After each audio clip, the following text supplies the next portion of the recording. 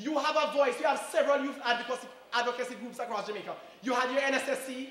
You have your youth parliament. You have the youth ambassadors program. You have child advocacy. You have several advocacy groups through which you can work. Now, before, I know it's all fancy telling you that it's time for you to stand up now and take your place. But before you can do that, before the dream of an active youth sector in this country can come to fruition, there are some basic fundamentals that you must take into consideration. And don't be riding on a high horse saying we are youth, we are strong and we are powerful and we're coming to conquer. You can't handle it, give it to us. That ain't what I'm saying this afternoon. No. There are some points that you must consider. Your high school students and education plays a very key role. It's of paramount importance that you who are within the system now try your very best, your utmost best to get what you can now so that we can recreate Jamaica's labor force. And let me tell you something, a country of dunces can go nowhere. So, if you want to waste your time on the shop pays, on the malls, in New Kingston, in the ramping shop, if you want to waste your time gallivanting now,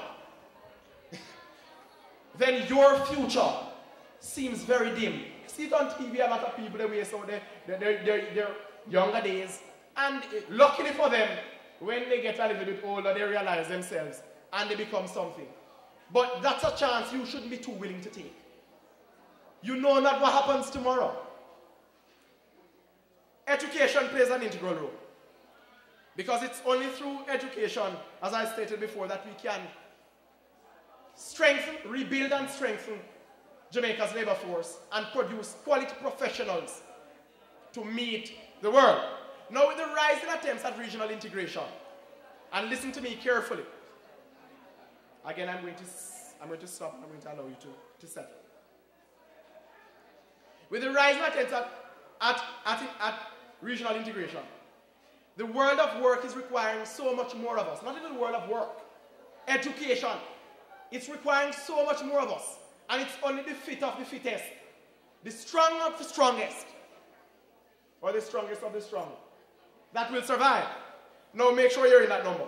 Now, the basic fundamentals of right and wrong comes back into play. I know a lot of us know the wrongdoers.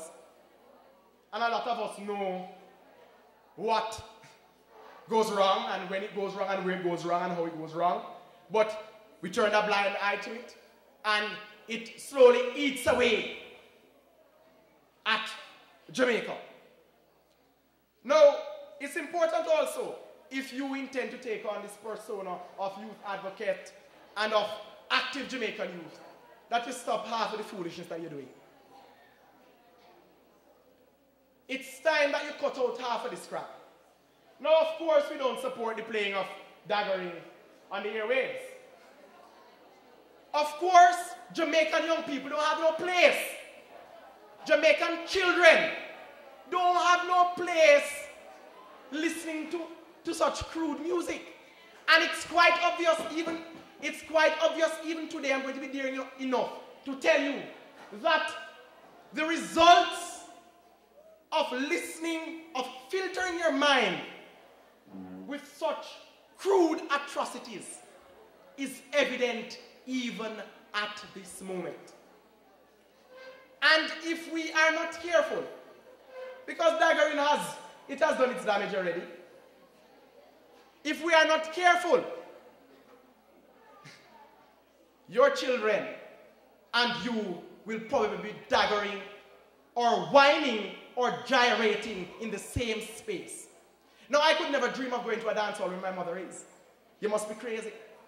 Now you end up at Passa Passa with your parents. And as long as the morals and values of the Jamaican society don't improve, then banning of daggering won't even help by itself. Yes, you can cover it up.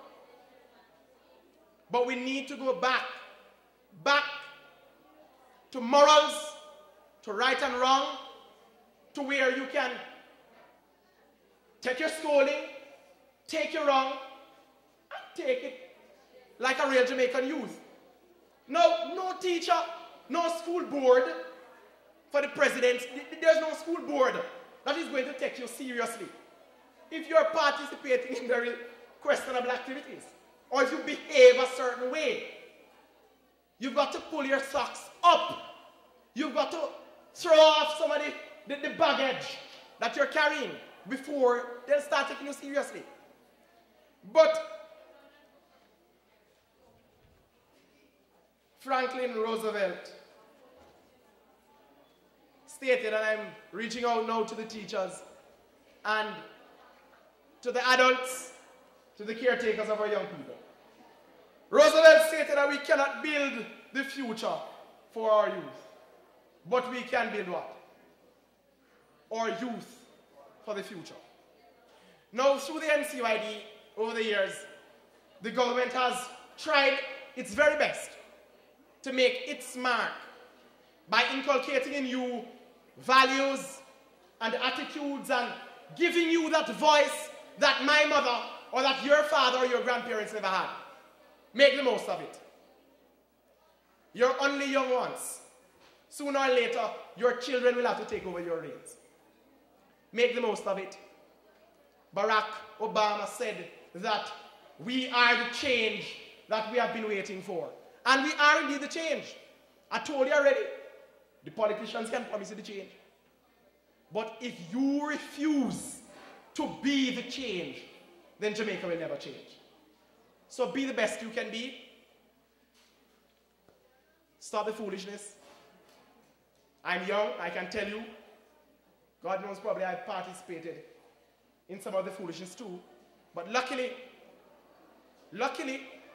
I can stand before you this evening and tell you that I can play my part in the advancement of Jamaica.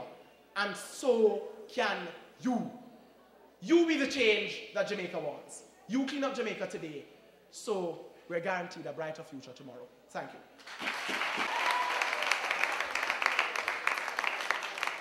Jamaica's finest.